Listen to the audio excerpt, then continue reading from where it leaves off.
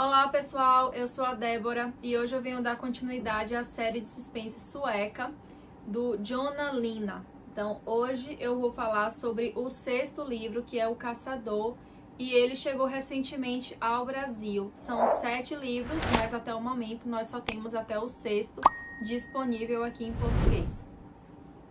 E para não ter que ficar segurando o Kindle, eu vou colocar a capa do livro aqui em cima, como eu faço sempre. E quando eu citar algum outro livro, também vou colocar a capa para vocês se situarem mais facilmente. Além disso, todos os vídeos citados estarão aqui nos cards e na descrição aí embaixo. E todos os livros de suspense policial que eu já resenhei estão na playlist Thriller/Suspense Policial. E eu já vou adiantar que eu gostei bastante desse livro, O Caçador. Gostei tanto quanto os livros anteriores, O Homem de Areia e Stalker. Eu não consigo separar, dizer de qual eu gostei mais. Realmente eu gostei dos 3 da mesma forma. Eu acho que eu tenho um carinho um pouco maior por O Homem de Areia, por ter sido o primeiro livro que eu li do autor Lars Kepler. Mas realmente, assim, para mim, os 3 são livros excelentes e na mesma proporção. Essa trama, assim como as anteriores, dos livros anteriores, ela se passa em Estocolmo. E a gente começa acompanhando a Sofia, que é uma jovem garota de programa. Ela não costuma ir até a residência dos clientes quando é um cliente que ela ainda não conhece. Mas esse cliente em específico, ele faz questão de que ela vá até a sua casa. Ela sabe que o nome dele provavelmente é fictício, porém, ele foi recomendado por uma colega de profissão da Sofia. Essa colega, que também é amiga da Sofia, ela disse que o cara sempre a tratou bem, que já é um cliente antigo dela, que ele paga bem, ele tem dinheiro e que todos os programas que ela fez com ele foram muito tranquilos. Então, a Sofia, ela fica mais tranquila e aceita ir até a residência do tal cliente. Ao chegar lá, ela constata que a residência é grande, bonita, muito bem arrumada e que realmente o cara deve ter muita grana, e ele começa tratando ela bem, assim, normal. Porém, quando ela começa de fato trabalhar, ele quer que ela fique em uma determinada posição, ela não topa, fala o que ela faz, o que ela não faz.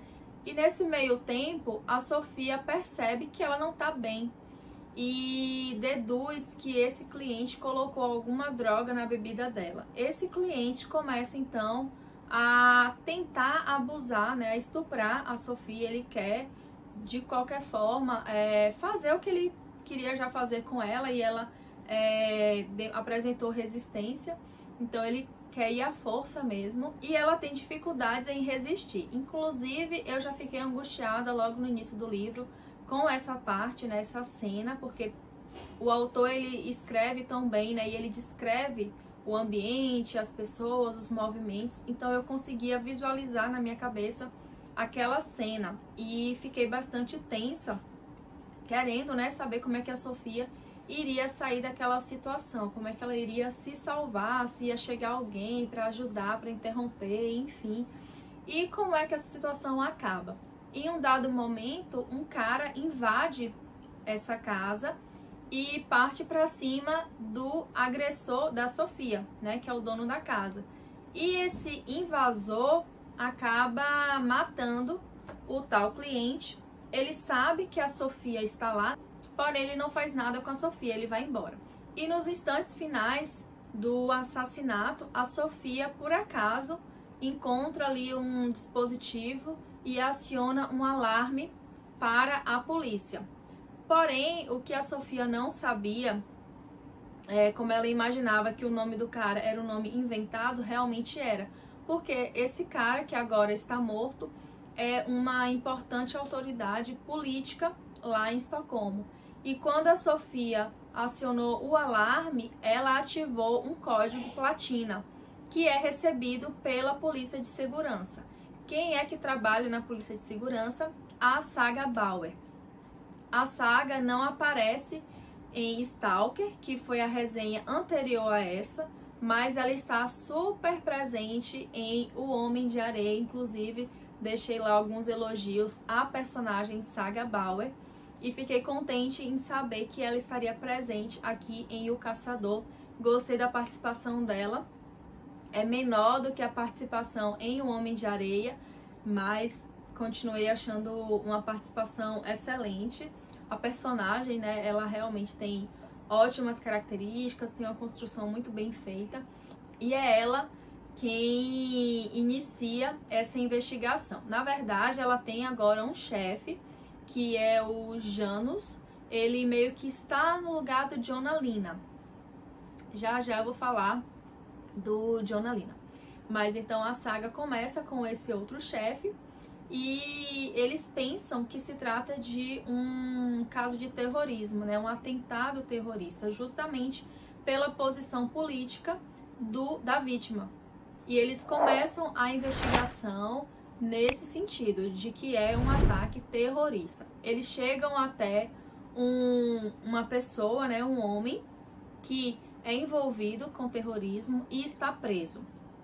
E aí é nesse ponto que a gente descobre o que aconteceu, onde está, o que está fazendo o Jonah Lina. Porque no livro anterior, que é o Stalker, ele acaba se metendo em umas confusões. E aqui em O Caçador, a gente fica sabendo que ele realmente foi preso, porque ele começa aqui numa unidade de segurança máxima. Ele está cumprindo 2 anos de prisão.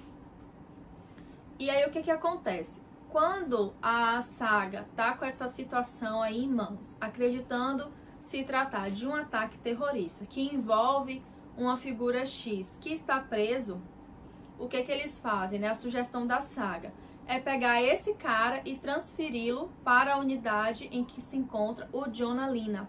E aí eles oferecem um acordo ao Jonah. Ele se aproximar desse cara e conseguir algumas informações sobre o ataque ao político para passar para a segurança, né? Para a polícia de segurança. Em troca, o Jonah teria a liberdade dele e sua posição na polícia. Então, eles acertam esse acordo.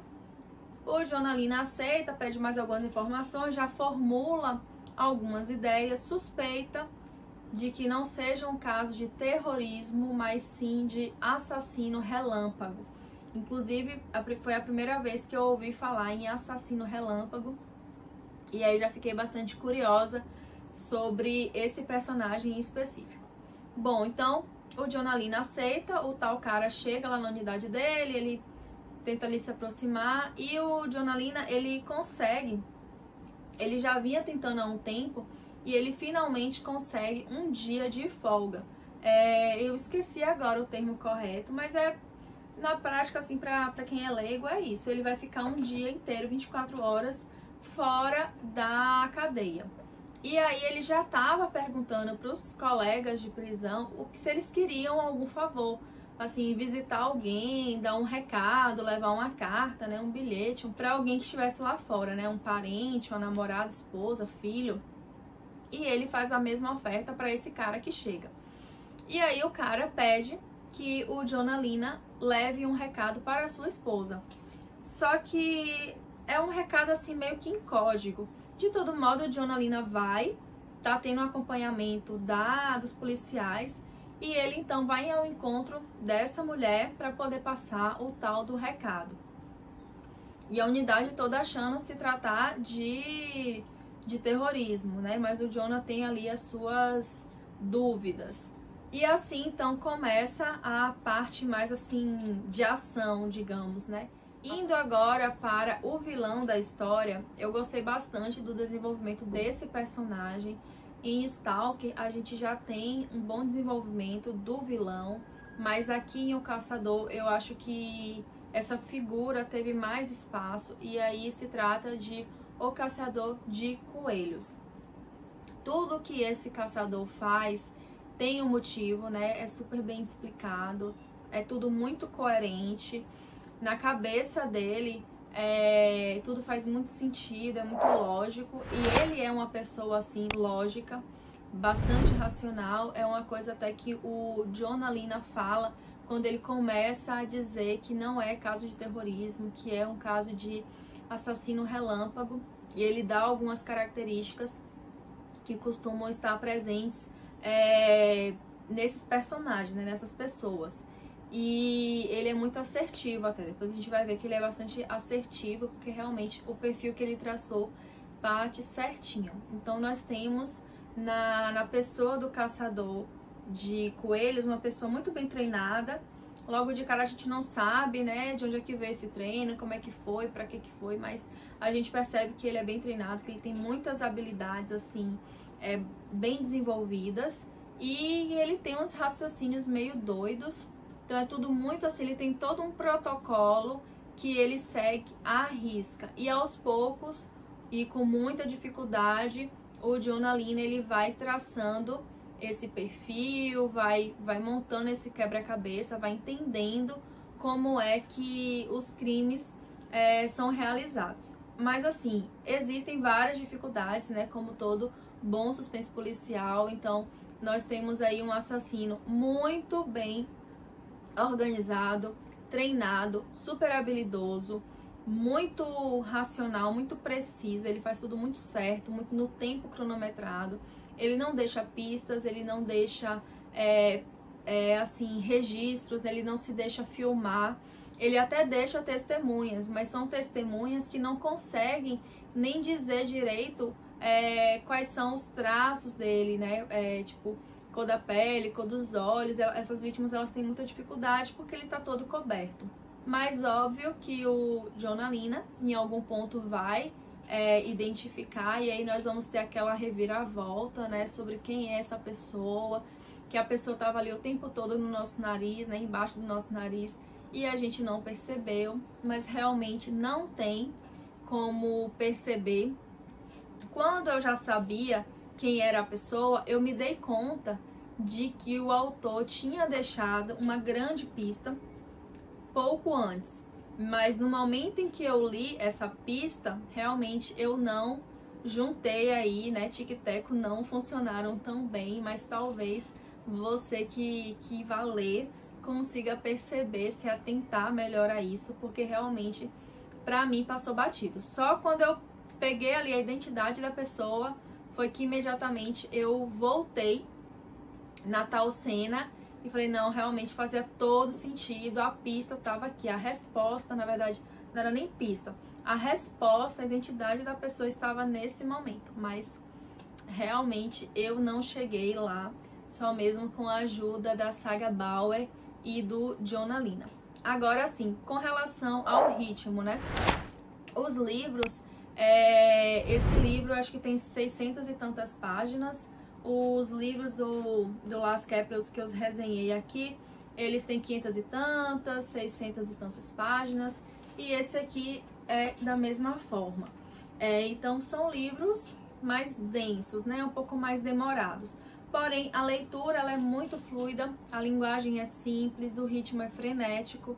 A gente, até por acompanhar, que é também o que acontece na série da Erica Foster, né? Por a gente acompanhar, nesse caso aqui, o lado da investigação e o lado do criminoso, a gente fica, pelo menos eu fiquei com aquela tensão, porque eu já estava vendo os próximos passos do criminoso, do assassino, e percebendo que a investigação ainda estava lá às cegas. Então, não tem tanto disso nos dois livros anteriores, mas esse aqui, isso é muito forte, e aí eu acho que foi também o que deu esse ritmo frenético, essa urgência, tanto nos personagens quanto para quem está lendo. Então fica aqui a minha recomendação, leiam O Caçador. Vocês não precisam ler esses livros na ordem cronológica, mas se vocês pegarem na ordem certinha, na ordem de publicação, vocês vão ficar melhor situados em relação aos personagens principais, mais especificamente ao Jonalina, porque como a série é dele, ele está presente em todos os livros, porém em momentos diferentes da sua vida.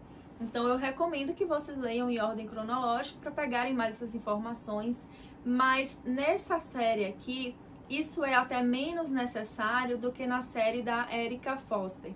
Aqui realmente o autor ele coloca essa parte do Jonalina e dos colegas, ele coloca muito pouquinho e tipo bem rapidinho, então assim, Se não ler na ordem cronológica, vai entender super bem. Se ler na ordem cronológica, vai ter aí uma informação a mais, uma contextualizaçãozinha a mais. Na Erika, né, na série da Erika Foster, eu já acho isso mais necessário, né? Deixei essa recomendação em alguns dos vídeos. Então fica aqui a minha recomendação. Eu estou no aguardo aí do próximo livro, né, que parece ser o último, que é o 7º. Então assim que chegar ao Brasil, eu vou me organizar para ler e gravar a resenha aqui para o canal. Então se você gostou desse vídeo, clique em curtir, compartilha com quem possa também se interessar por esse conteúdo. E se você ainda não se inscreveu no canal, clica e se inscreve. Eu vou deixar os links citados na descrição, como eu falei no início do vídeo. E aqui também já vai aparecer a caixinha da playlist, na qual se encontram todos os suspenses policiais que eu já resenhei aqui no canal. Então, um beijo e até o próximo vídeo.